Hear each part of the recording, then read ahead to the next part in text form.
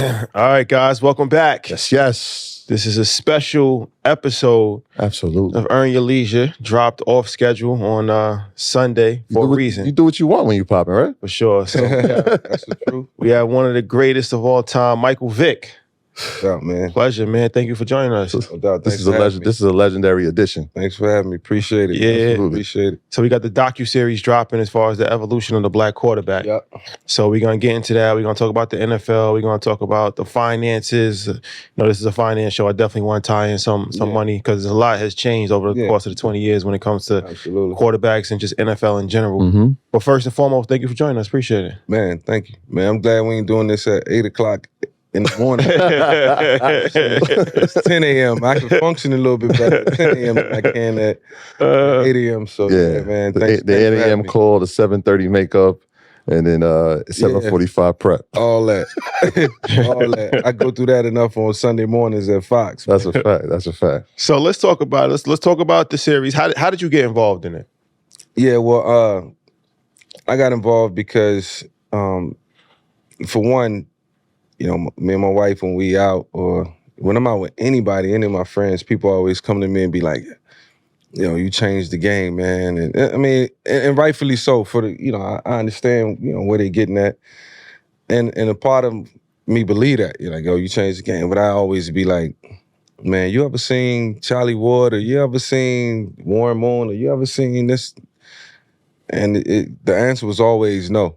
Nah, well, you know, go Google him and, you know, get some intel.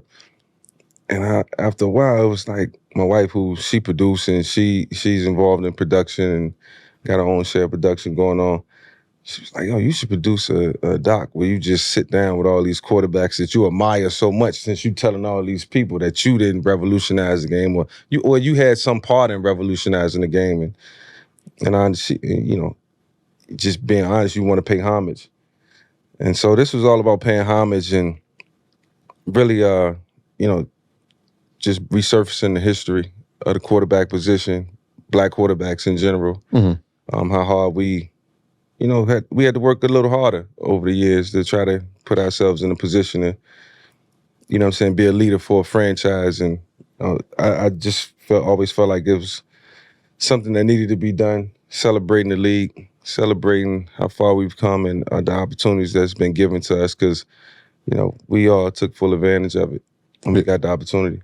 As you're creating the documentary and doing it, I wonder, at a certain point, when you obviously know the history, and I've taken a lot of flack. I'm a Washington fan because of '87 and Doug Williams. But Commanders. The Commanders now. Yeah. As you're watching it, you're starting to hear people say that you're the reason that they play football. So now when you're talking to Cam, you're talking to Jalen, you're talking to Pat Mahomes, right?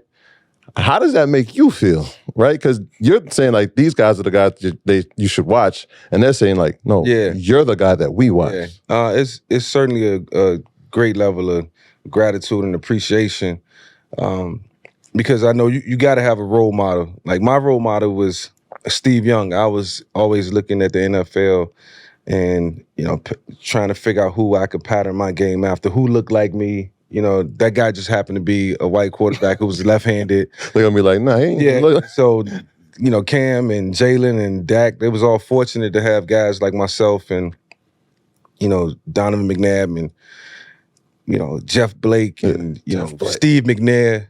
You know, these guys were, you know, very influential in our lives, and watched everything they do step for step, or they did step for step, and just wanted to emulate what they brung to the field. So to hear them say that is really an honor, because I didn't play the game in the beginning to be a role model. And I'll be honest about that. Like, I didn't understand that concept. I was just trying to be the best quarterback that I could be. But, you know, as you grow older and you start to meet people and you start to have football camps and, you know, guys like Malik Willis, who came through my camps, and you watch them ball yesterday for Green Bay. Got the dub. It's like, damn, yo, we really influenced the generation that come behind us. So, you know, I'm glad I was able to embrace it as I got older, and, you know, it goes to show that these guys watched us and they followed us and they're doing it the right way. So talk about the evolution.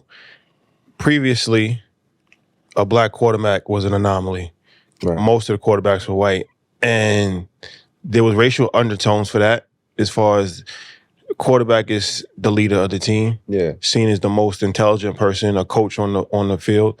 So that was a stereotype for a long time. And then it was when black quarterbacks actually did become more popular, it was only seen as like, they'd have to be a super athletic. Yeah. Right? But now we're seeing a wide variety. Some quarterbacks are super athletic, some are not as athletic, some can throw, some run. So talk about like from you growing up as a kid to you being an NFL analyst now, the evolution of how the game has looked at the black quarterback. No doubt. As a kid, I always heard stories about the NFL being so complex. Like the offenses are hard to learn, and it was always this stereotype that maybe we couldn't pick the system up fast enough. I know, it was something that scared me and made me kind of deterred me from wanting to pursue playing quarterback, and that's why I started out at running back. Mm-hmm. I'm not really trying to get into that. I'm a young man and I'm hearing all these things and I'm like, that's going to derail my chances of making it. And I had a coach that, believed in me, kept pushing me, and I'm like, spent a lot of years feeling like I was playing the quarterback position for no reason. That at some point my position would change, and I wasted all this time trying to become a quarterback and the best quarterback that I could be.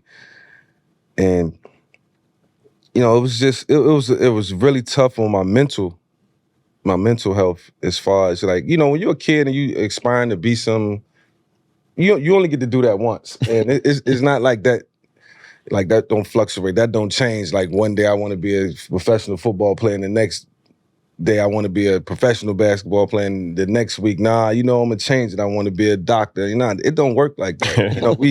We be like focused on like what it's gonna take to achieve that. And so I'm hearing all these stereotypes as I get older, and I'm really like shook up about it and like, damn man, I don't know which way to go in my life. And drafts, I'm starting to see more black quarterbacks enter the league here and there, and I'm like, okay, it's only about 3 or 4 of them. Might even if that.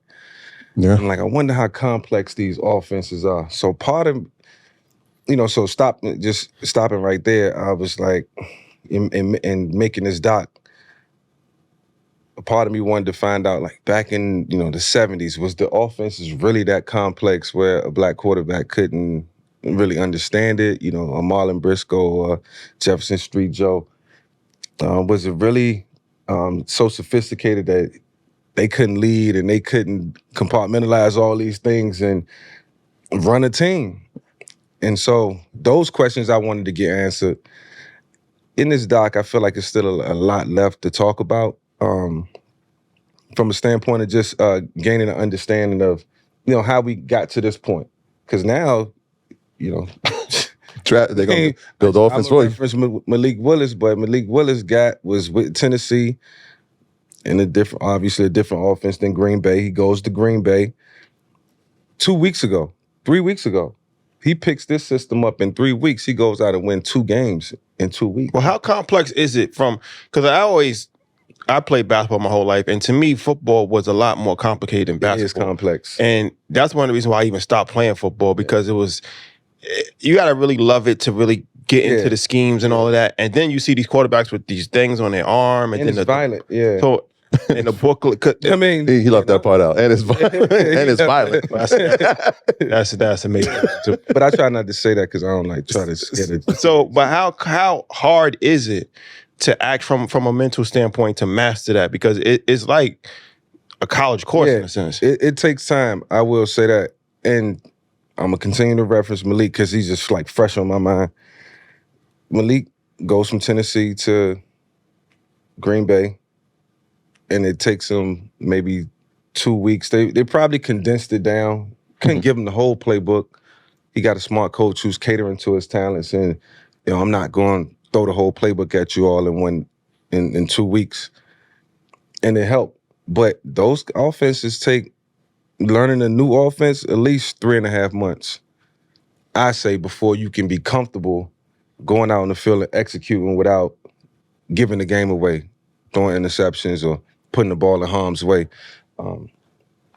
And so, all these things got to come together, and it just creates anxiety, when you're not comfortable. When you're comfortable and you know what you're doing, it's a lot easier. And so I will say this, quarterbacks now, when they come into the league, they've worked for so many years with quarterback coaches and went to all these camps. And like Malik Willis came to my camp in 2017 with 2018, won the MVP. He was transferring from Auburn. And so I'm not taking any credit for what, but I'm just saying, like, he got some good tutelage that day. He tough. You know what I'm saying? And from a mental standpoint, I remember talking to him about, why he was transferring and like his quarterback journey. Because, usually when a guy transferring, something's not right. He ended up at Memphis? He ended up at Liberty. Liberty. Yeah. And where he killed it. Like, he killed it at Liberty, and then it was so on and so forth. Supposed to have been a first-round pick, winning the third, but, you see first-round talent. Mm-hmm. So this is interesting because we could stay with Malik because, yes, he grasped the system and they condensed it, but he's playing behind Jordan Love. Yeah. When you talk about Jordan Love, you talk about C.J. Stroud, you're talking about Jaden Daniels now with Commanders. As I'm watching, I throw that in there. Another guy was Steve. Forget about Jay. He gonna be. I'm watching this and I'm thinking to myself, and I hope maybe you feel this way. I feel like you're the most important black quarterback in the history of the NFL. 87 is important, Doug Williams, but we watched him growing up. Yeah. As you talk about the Super Bowl 2 years ago, we were actually at the game, Jalen versus Pat, first time two black quarterbacks are playing together in the Super Bowl, against each other in the Super Bowl. That was cool. A culminating moment. You're looking at the league, almost every division has a starting black quarterback. Lamar winning 2 MVPs. Yeah. That's all after you played. Yeah. As you're doing it and you're coming to completion, are you because I think somebody referenced it, like, you are the most important. Do you feel that way? I'm starting to, and I'm embracing it, especially after this quarterback series and having these conversations with all these guys who we all went through our fair share of denial, trial, and tribulation, and came out on the other side of it. Mm-hmm. Some a little more worse than others. I feel like through my quarterback journey, it was only 1 or 2 moments where I felt like I might have been stereotyped, but that might have came from some of my own people of my color, black people. And it was weird, you know what I'm saying? Never really had a white coach tell me, like, yo, you're going to have to change your position. So I feel like I came up in a different era where the belief was there. Mm-hmm. At a time where it was changing a little bit because a lot of these coaches who coach college ball, they were seeing Kevin McDougal and Donovan McNabb, and they was Charlie Ward. Mm-hmm. So from a collegiate standpoint, you can do it right here. Next level, it's going to take some decision making, and then, the higher ups, administration, owners, general managers, coaches got to make that decision in the NFL. And in part of doing this doc, as I thought through it, because I felt like, you had to, it took critical thinking.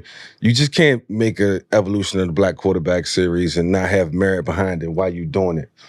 And so I really feel like owners, general managers, the commissioner over the years, Paul Tagliabue, Roger Goodell, they all had a major part in the evolution of the game and the quarterback position. And why we got so many dual threats, because they had to make those decisions. Yo, I trust you. Jaden Daniels, I trust you. Jalen Hurts, I trust you. Mike Vick, I trust you. But then also I feel like, so there's parallels from you coming from Newport News and somebody else coming from Newport News. You number 7, somebody number 3, Allen Iverson, as far as... far away. What he did is you revolutionized it from a hip-hop perspective too. Like even when you were in Virginia Tech, and I feel like there was other black quarterbacks before that, but you put the stamp for like hip hop culture.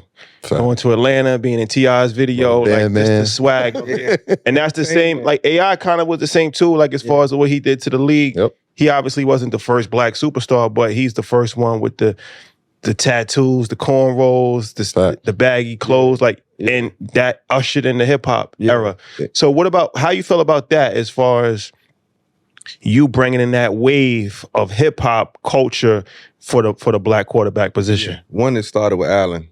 You know what I'm saying? Allen was big bro, so we all watched with Allen. And you knew him growing up. Yeah. He was a hell of a quarterback. Yeah, he was a great quarterback. He's player of the year. Yeah, player of the year. At quarterback. Football, basketball. Yep. And then when he went through what he went through, it was like a really dark time for me because I was like following his every move. And then he come back, he do all these amazing things. And, you know, now he's this cultural icon, big brother, somebody that we can look up to and somebody that we can, you know, strive to be like. And so that was really cool in his own right to have a guy like Allen, you know what I'm saying, represent Virginia, you know what I'm saying, and show us mad love at the same time. So a lot of what I did from a cultural standpoint, I was following, you know, Big Bro.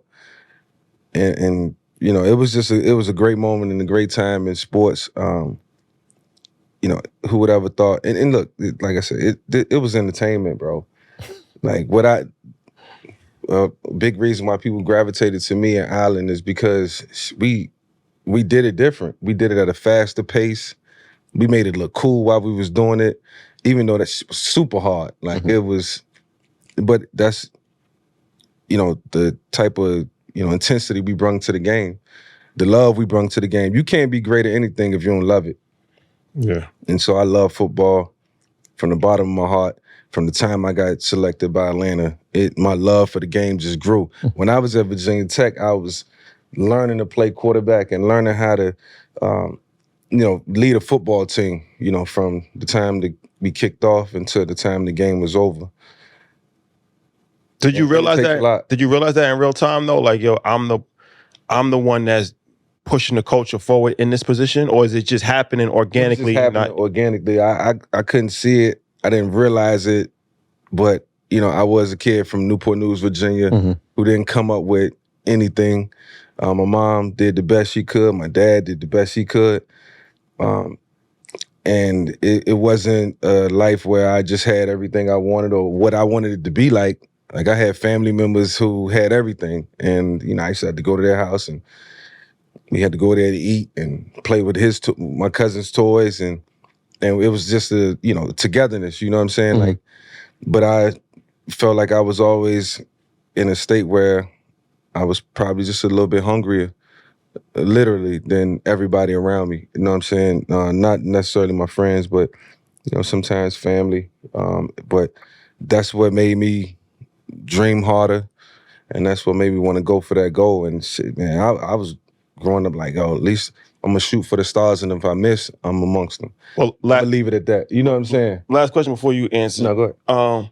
How good was Allen Iverson? Could he have made it to the NBA, to the NFL? Yeah, of course. He could have made it to the NFL? Yeah, of course. As a quarterback? He would have had to bulk up a little bit. He would have had to put on some weight because Allen, he's not the biggest. But, I mean, as far as athleticism, he could have played any position. He could throw? Yeah. He was a quarterback. Was he faster than you on the field?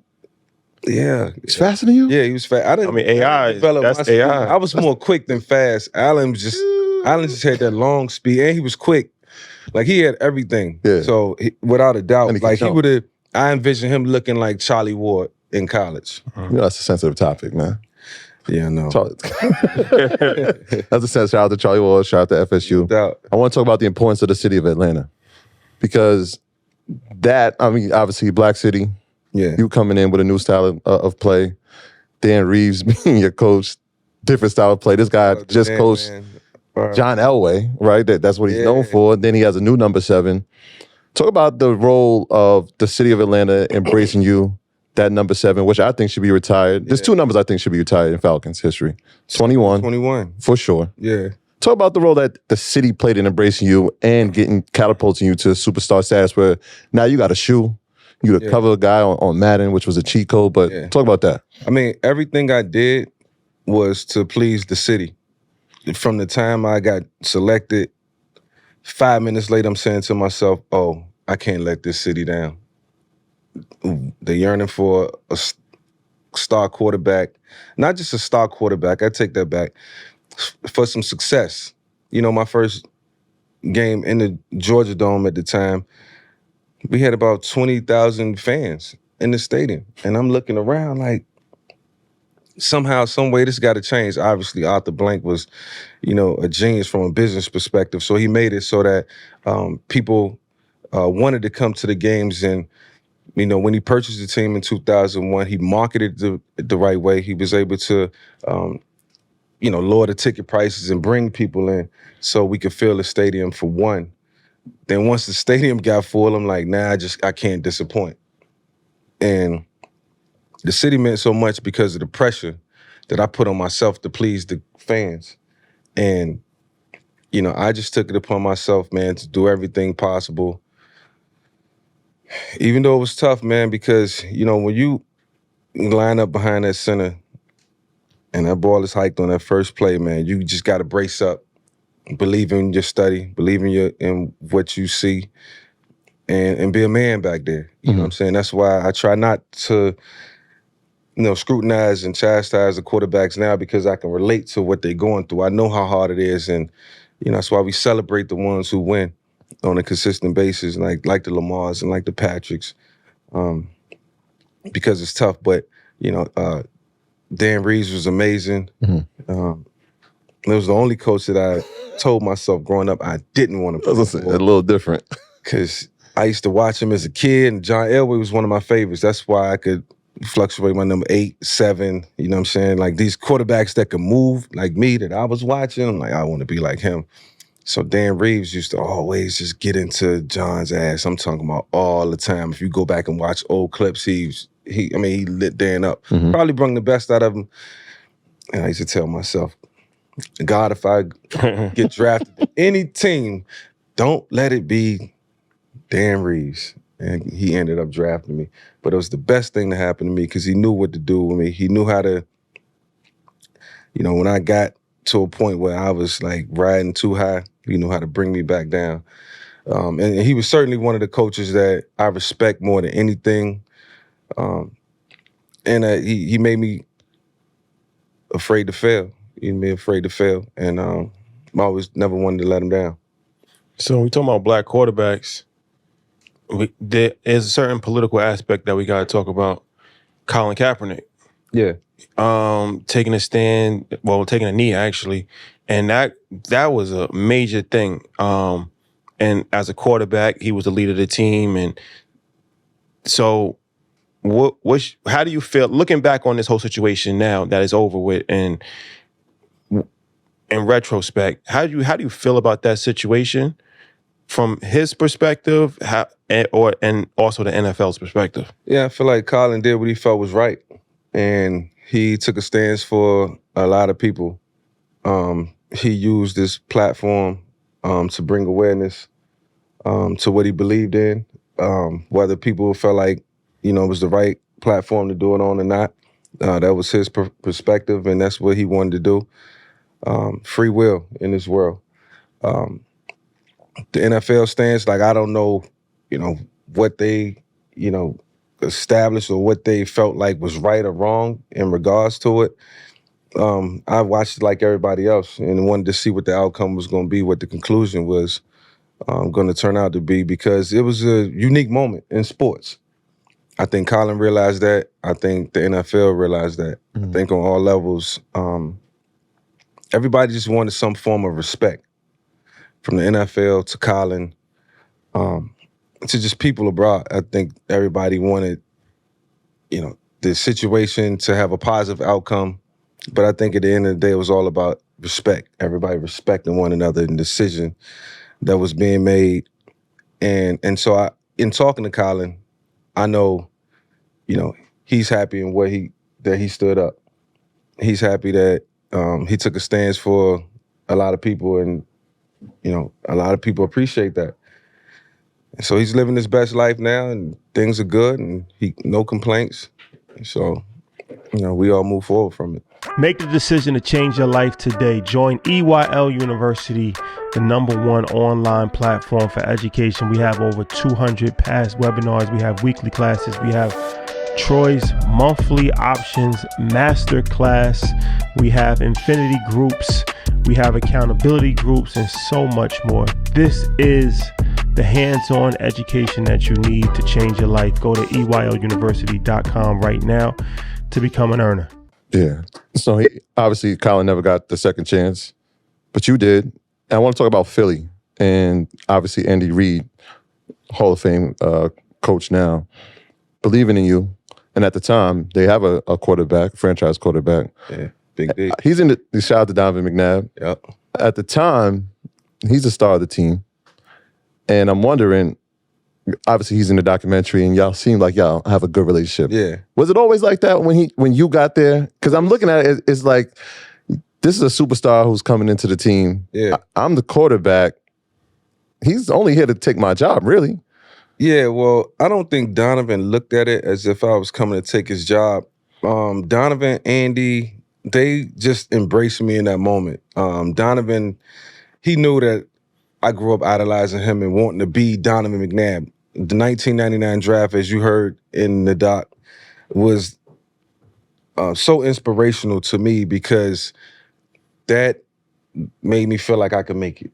And when I seen Donovan go, because I watched everything Donovan did in college. I'm talking like he couldn't do no wrong in my eyes, and he really didn't do any wrong. And so he knew that he was one of my favorites. It was just kind of screwed up that we had to face each other. Mm-hmm. And so when you have to face somebody in the league or in any competition, it becomes a rival. You know what I'm saying? It becomes a rivalry. And, you know, it didn't stop the love that I had for him. It just made me want to beat him. And once I got to Philadelphia, I was like, man, look, it's an honor to be in the same room with you, to share some of the same football stories and to talk football with you and to gain an understanding. Donovan, he knew a lot about the game. From what he learned from Andy, I was just like in the room just soaking up everything because I'm like, this is going to be a good situation for me because I can expand my football knowledge. And after listening to Donovan talk for, the first week, I'm like, yo, I see why he's a future Hall of Famer. I was always a little envious in the good way of Donovan and Andy, because Andy used to let Donovan throw that thing. You know what I'm saying? 03, 04, 05, you know what I'm saying? Donovan led the league in a lot of statistical categories. Yeah, him and T.O. Yes, and so, he learned a lot along the way, and big credit to Andy Reid for being that mentor in his football journey. Yeah, you ended up beating him a lot, actually. I think I beat him twice. Yeah, he always got me in the playoffs. Yeah, he went to Washington. Yeah, I'll never forget. Washington. Again.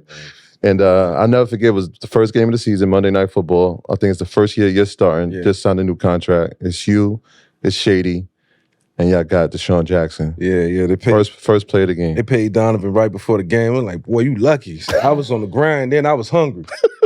You know what I'm saying? I was coming back from prison, and I was first coming off an injury. You know what I'm saying? Like, I know my financial state. So I was back in that mode. I was like in Virginia Tech mode where I was just trying to get it again. And ain't nothing like going through that process of, when you're striving to be great, when you got so much to play for. I wish, once, I got the contract, I would have kept that edge. And I did, for the most part, but it was so exhausting to get back to that point. After going to prison for 2 years, coming back, sitting for a year, that's 3 years out of football. And then come back and you get it all back. And then, you just got to keep that edge. As things started to change around you, people started to change. They wanted Andy out of Philly, and I love Andy to death. So my heart was like torn. I'm like, how could this great city not want this great man? But, all good things come to an end. And, it's just a lot of circumstances and that led to me leaving Philly. But, man, it was some of the best years of my life. When I think back, I see pictures, man, and I just have a great sense of gratitude for that era. So from a financial standpoint, Dak Prescott, he just signed the biggest contract in history. Another black quarterback. Yes. So 230.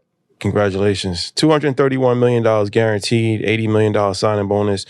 So the guaranteed aspect is interesting because you had a $138 million contract with the Falcons, but only $37 million was guaranteed. Yeah. So previously, a lot football contracts were not guaranteed. Notoriously, football contracts were not guaranteed. But now we're seeing more and more fully guaranteed, almost fully guaranteed NFL contracts, and that is a big difference because I mean, you're talking about in that situation. Yeah. Almost 80% of your contract was not guaranteed. So people will see the number like you got $100 million, but it's like, okay, well, there's incentives. If you get hurt, if you don't make it to the Pro Bowl, and then by the time it equals out, you might get paid 20% of that. Yeah. So talk about understanding that when you first signed that contract and how the evolution has changed now. Yeah, well, the only thing that matters in the contract is the fully guaranteed. The rest of it be incentive-based and just fluff. Those are agents that, yo, make this contract $220 million that's for the brand. You know, what we as players see is the fully guaranteed. So it might be, $200 million, but for guys now, $110 million fully guaranteed. It's still a lot of money. So when I signed my contract, it was $120 million, $37 million fully guaranteed, or 34 or whatever. But that was in 2004. It's 2024. It's 20 years later. Salary caps done went up.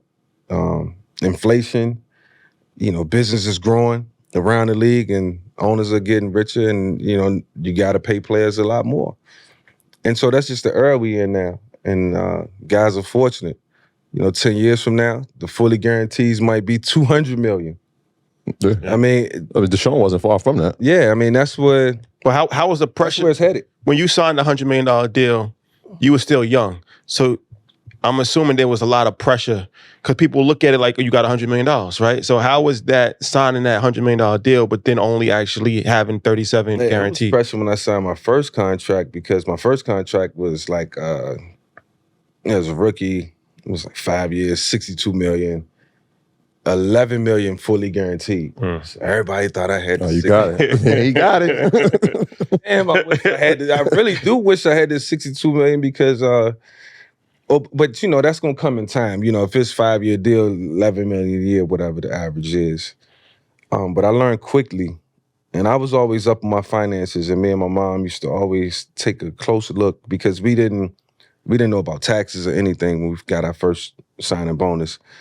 And once we seen it and we knew we had to account for it, it's like, we got to revamp our game plan for longevity. I was always thinking long term to make sure that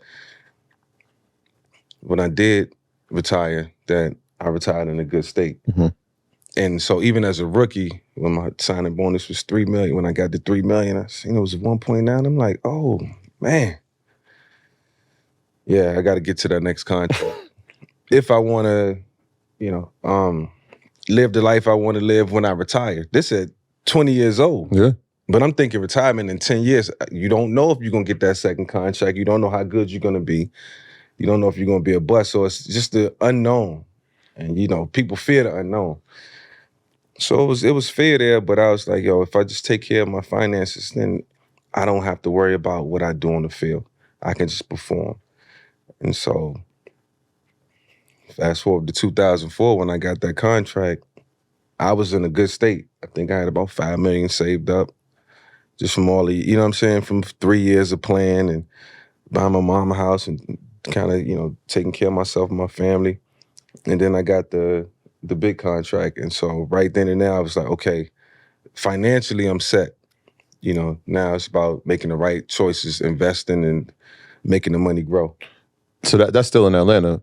But then in Philly, you get, are you the first player to get two $100 million contracts? You are the first, right? I guess two big signing.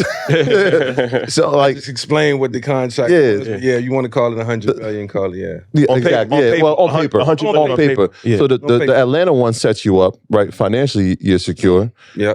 The Philly one, now, are you looking at it differently? Like, all right, now it's time to sit down and figure out what the investments are going to look like after I get off the field. The Philly contract was more so, I was in the bankruptcy at the time from coming out of prison. Still don't know how that happened, but I was in the bankruptcy coming out of prison. And so now, I'm there's more money it's not just paying taxes. Now you got, a whole another bill that you got to pay. So now I'm really cracking down on the finances. Like, all right, boom.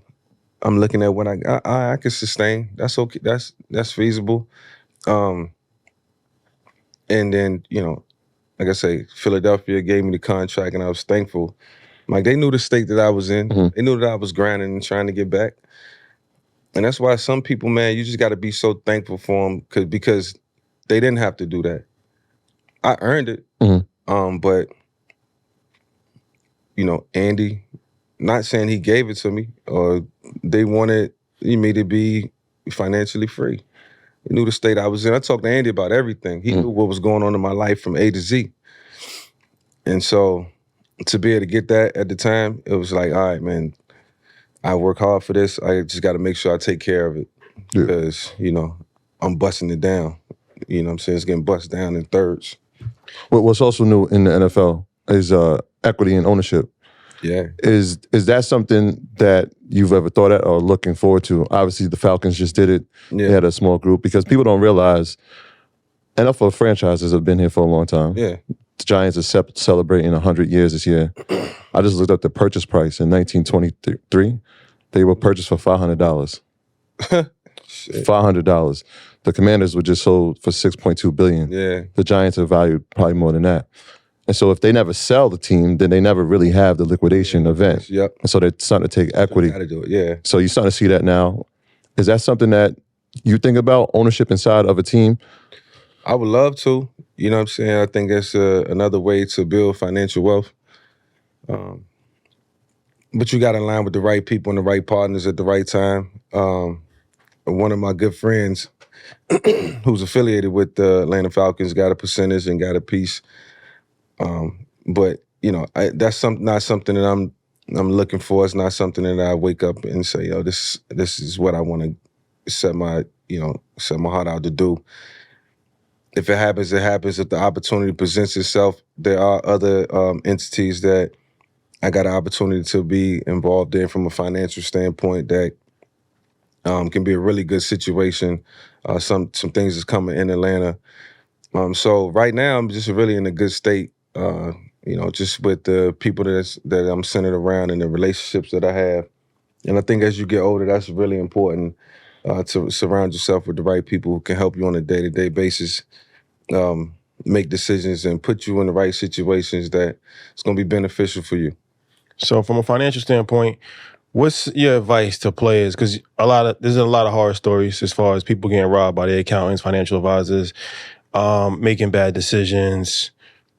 The list goes on from different baby moms that they got to pay child support and not fully understanding how contracts work, spending too much money, bad real estate deals. I'm sure you've probably seen it all. So no doubt. What's your advice to players as far as, avoiding pitfalls that athletes have been prone to fall into? Yeah, my advice is that, you know how to count.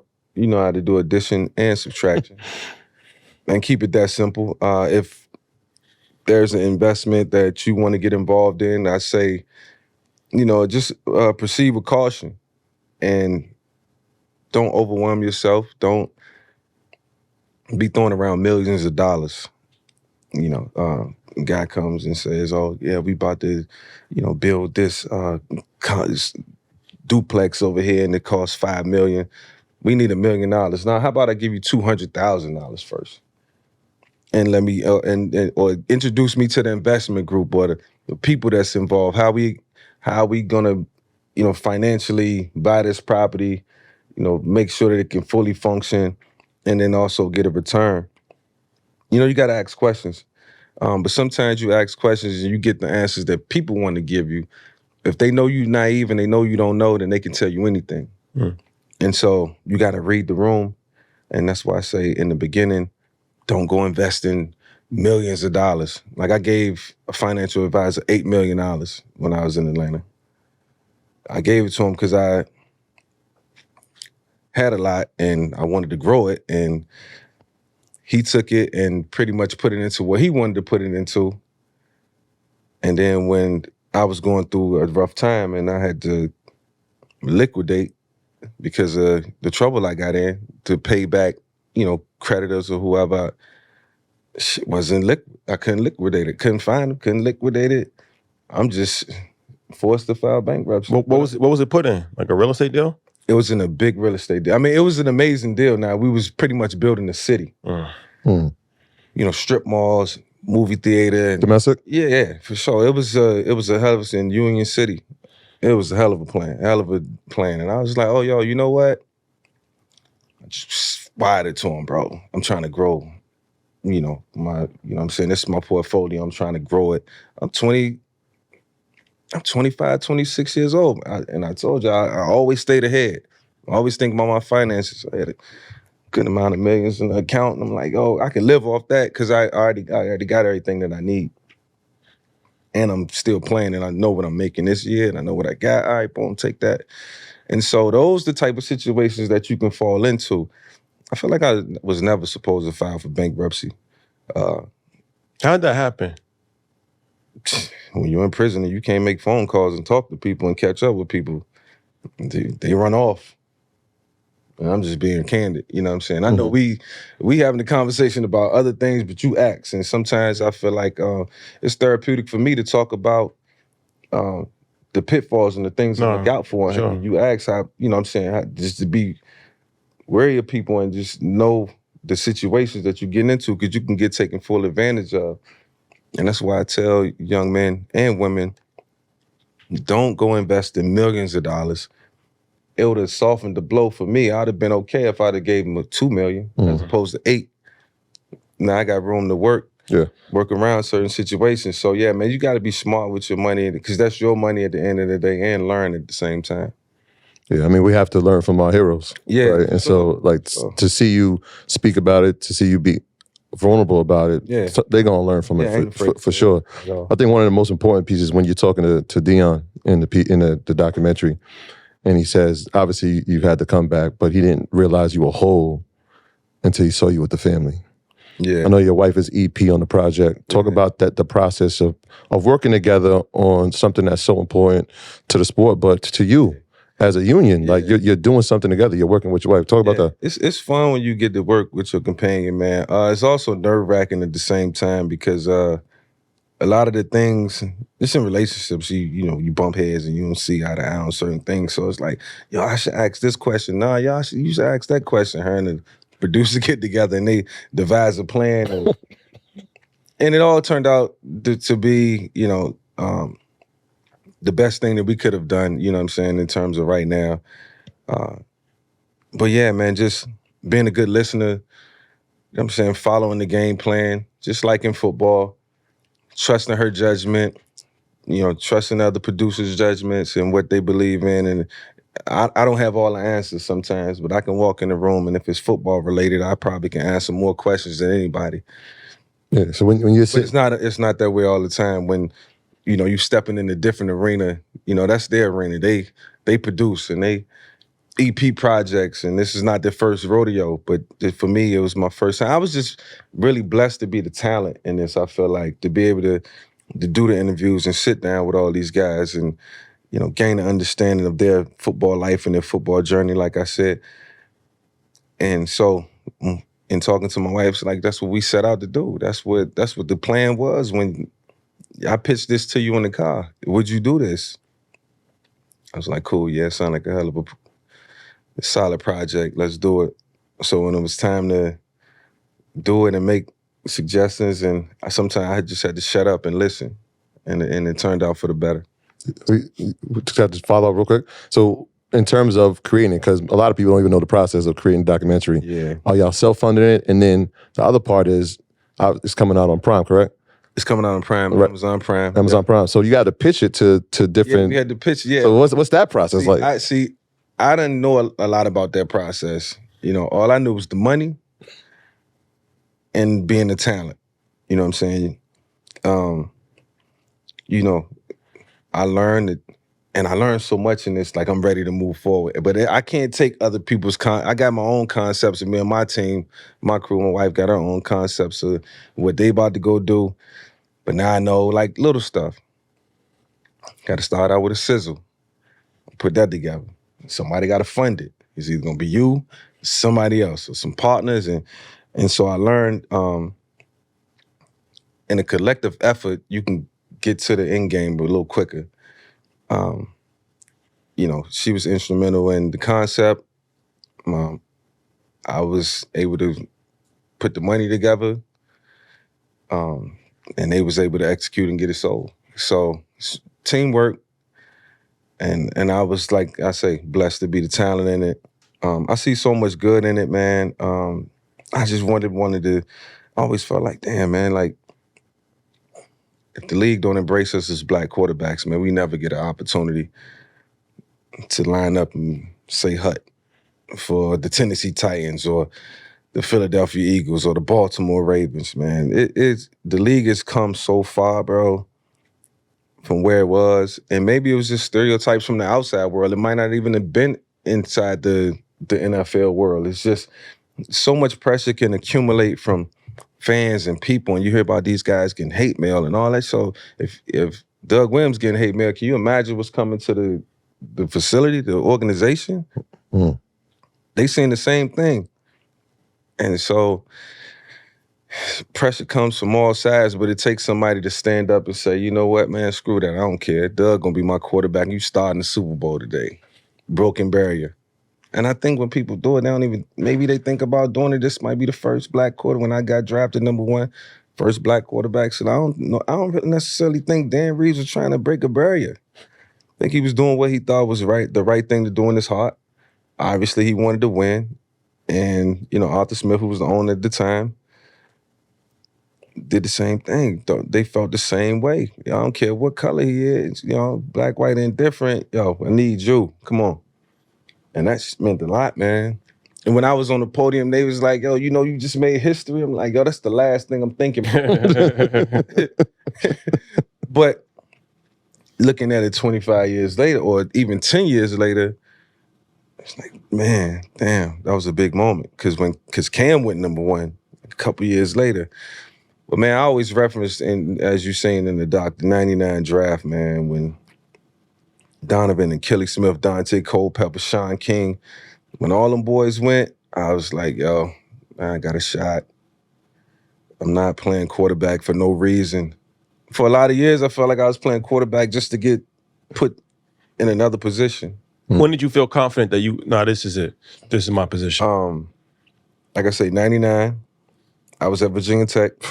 And it was rough at Virginia Tech in the beginning because I had a tough time picking up an offense. Like I say, I wasn't fortunate enough to go to camps and learn from quarterback coaches early, like these kids can do now. So when I got there, I was raw. I really didn't know how to like compartmentalize the offense and, you know, how to learn it, what it takes to learn it. It took about 4 months for me to learn the offense, but when I finally got it, I was able to pair that up with the athleticism, and then that's when I became a dynamic player. But it all starts with your mental. You got to know what you're doing first, and then let the physical talent come out. It was a rough ride. It was a tough journey, man. Like I said, weighed a lot on my mental health. Like, do I play quarterback? Do I switch it? I'm running out of time over here. I'm being redshirt freshman next year, true freshman. And one day, man, I was just watching the film. Coach told me every day, keep coming to the film room. Keep coming. Just make sure don't stop believing in yourself and coming and watching this film and trying to get better. And one day I was just looking at the film, bro, and the whole football world just came together for me. Before we wrap, just a few football questions. Pat Mahomes. Yeah. Is he... Some have said that he's the greatest quarterback of all time, if not #2. It's a controversy. There's only one greatest quarterback. Who's the greatest quarterback of all time? Tom Brady. Okay, fair enough. Is he on pace to be the greatest quarterback of all time? Patrick's on pace. Patrick is. Is he #2? Second grade. Is he #2? Yeah. No, right now he's #2. As a 49er guy, you gonna put him in front of Montana? Yes. He just did. How many? Yeah, I just want to reiterate it. Montana got 4. Montana had 4 rings, but Montana won Patrick. Montana had Rice. Yeah. Patrick had Tyreek Hill for a couple years. He got the greatest tight end of all time. I mean, nothing. Kelsey, my boy, nothing taking nothing away from Kelsey, but Kelsey's a tight end. You know what I'm saying? Which makes it even more prolific for him because to be the greatest tight, one of the greatest tight ends. Because I put him up there with Tony Gonzalez was a great tight end, and it was Gronk. You know what I'm saying? It's about five of them that they can all be number one for sure. None of them have done what Kelsey's done though. Yeah, and but he also has terrible. Well, he has not have good receivers. Yeah, who's that? Pat Mahomes. Trust me, I ain't take. So it's put more. Tyreek's a Hall of Famer. But no, I'm talking about had Tyreek for a couple years. 1 year. But all in all, all in all, man. Because this ain't about the tight end. Kelsey's great. They all great. But when you talking about quarterback play, Patrick could do a little bit more than Joe. Yes. You know what I'm saying? The way he moved, like just the game last night was crazy. You know what I'm saying? That was crazy. And so he can move just enough. Joe can move too, man. Look, I do see Patrick getting 2 more. At least. I see it. This is a football. I got 2 more football questions. Yeah. Because you brought up 99. Was there ever a time when you were on the field and you looked on the opposing side or even on your side and said, there's a better athlete on the field than me? Because when I'm thinking of 99, and we ran into him recently, Peter Warwick was on that field. Yeah. And to me, one of the illest players I've ever seen. Yeah, playing against Florida State that year, it's like one of the games that we probably gonna lose this game. I just gotta play my heart out and I gotta give it everything I got from start to finish because he's gonna make some plays. It's the saying, you can't stop him, you can only hope to contain him. There was that type of deal going into the game. They had so many amazing athletes. Like I think they had like 4 first rounders on that team. Probably like 15 guys who got drafted from that one team alone. And they was just real fast. It was in an era where, the great Bobby Bowden was probably at the height of his recruiting, tenure. And he was getting the best of the best athletes, you know what I'm saying? And so I felt it. Me being as fast and elusive as I was and being on turf, they just kind of outmatched us a little bit in certain areas.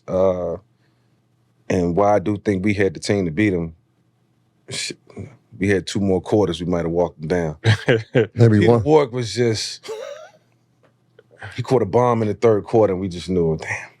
It's over. Got loose on us, you know what I'm saying? Well, the black quarterback also his transition in college as well, NIL deals. Yeah, man. And we got to talk about Shedeur Sanders. It's hard. Colorado. Yeah, no doubt. Baby boy.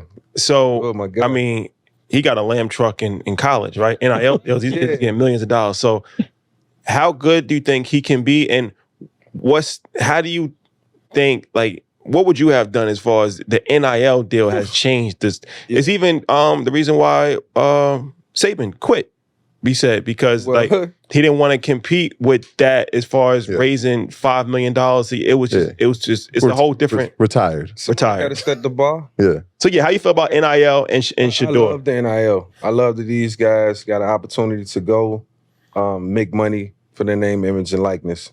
I think it's just that, they're clear. But for a guy like Shedeur, I got different perspectives.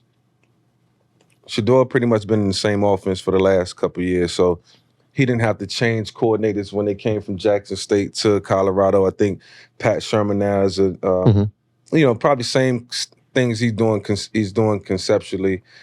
It's not too far off from what he learned.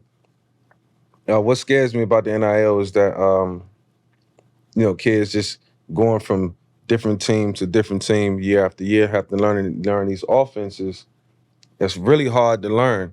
And so you get there and you got paid $1 million and it's a guy that's been there for 2 years already. And you got to learn, but he already know more than you. Mm. So if you're not exceptional, if you don't have Shedeur Sanders' talent and a brain like Shedeur, then that quarterback is probably going to look better than you. You're probably going to struggle. DJ Ugalade, I can't say his name. The quarterback from Florida State went to 3 different teams. Yeah, you got Clemson, Oregon State, now Florida State. Well, they might be 0-4. I don't know if they lost. Well, they won last week. Good. I'm happy. They was 0-3. Yeah. Yep. But, you got to learn all these different concepts, and man, you're just not comfortable. Yeah. It takes time to get comfortable. You got to go out and practice it against the defense and learn from your mistakes, and try to find ways to, move the chains and get better. And it's just not easy when you get learning. But I do support NIL. Shedeur, he's worth every penny.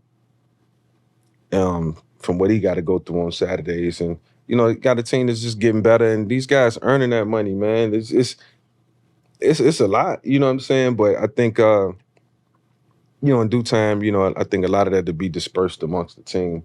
I think that's important. But, hey, somebody got to do it. Shedeur is number 1 in NIL. Number 2, and I'm not sure if you watched him play last week, Archie Manning. Yeah. Now, we knew the pedigree is there from the throw-in, but 2 weeks ago, he clocked in at 20.7 miles per hour on the field. Who is that? Peyton Manning's nephew. Yeah. At Texas. Yeah. Who's his father? Moving though. His father is Cooper. He didn't play football. Yeah. Cooper. He didn't make it to the NFL. He had a spine injury. Yeah. That derailed him in college. Got me thinking, right? Fastest athletes that's played at the position. I'm putting I'm putting Lamar, and I have to kind of put him he's running faster than Tyreek. Oh, whoa. You took Arch Manning? He ran 20. You saying quarterbacks? Quarterback. Whoa, what do you He clocked faster time than Tyreek Hill. That was just a one sprint. He's not a fast player. Well, if you ran a sprint of 20.7. Let's think this through. Think about this. Let's think this through. Because Tyreek is catching it and running. No. Right? And I'm not saying a sprint. He's not winning a 100-meter dash. I'm saying open field, he ran 20.7. But that's one run. I don't care when it is, bro. You're on the field, you run 20.7. That's faster than the fastest guy in the NFL.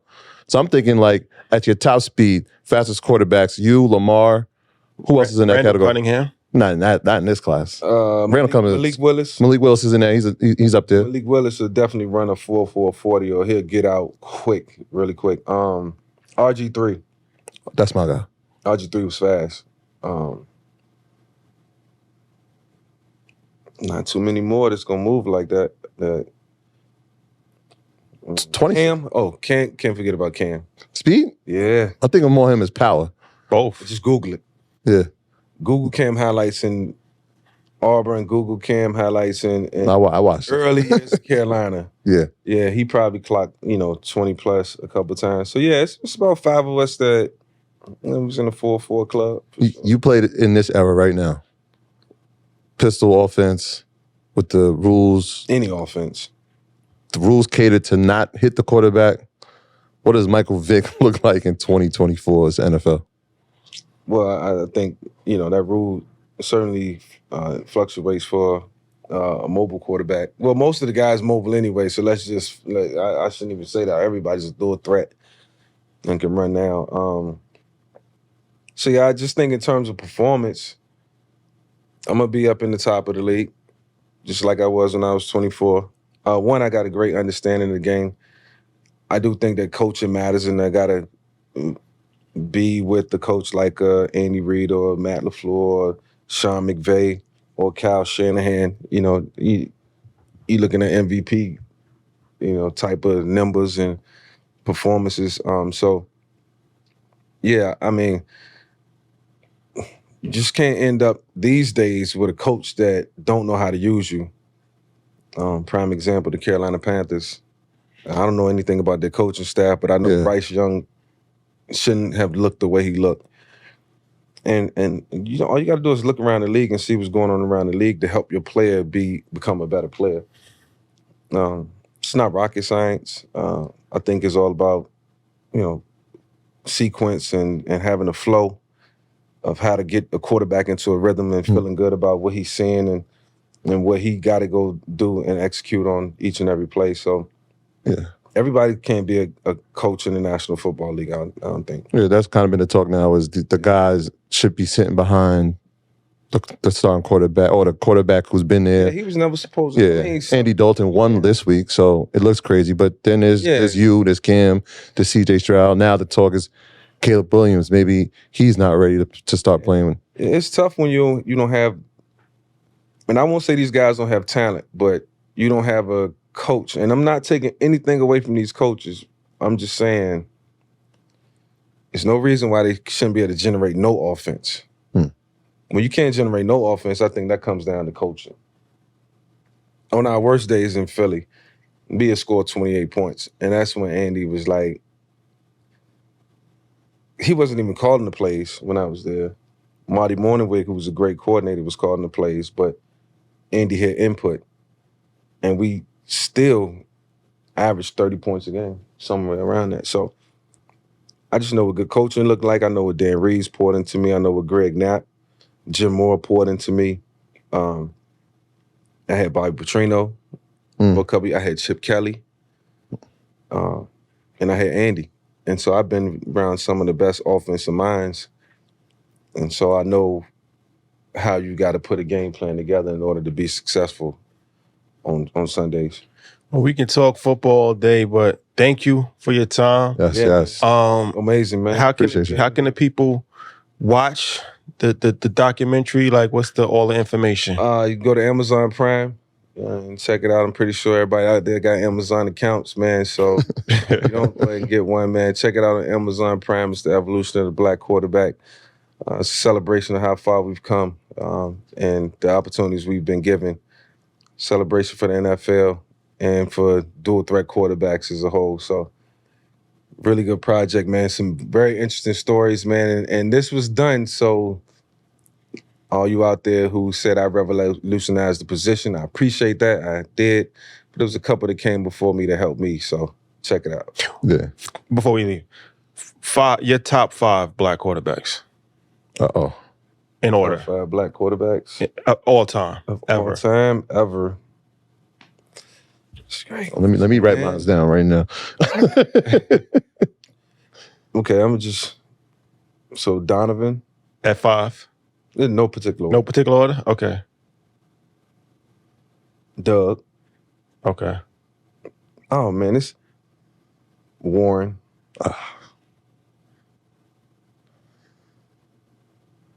Marlon Briscoe. Randall. This is your favorite? Because not having Pat Mahomes is crazy. Said Cam, Russell. Yeah. Russell. Lamar. Yourself? Myself, Patrick. How are you not in there? I mean, you said top 10, bro. 5. Who's your 5? Who's your 5?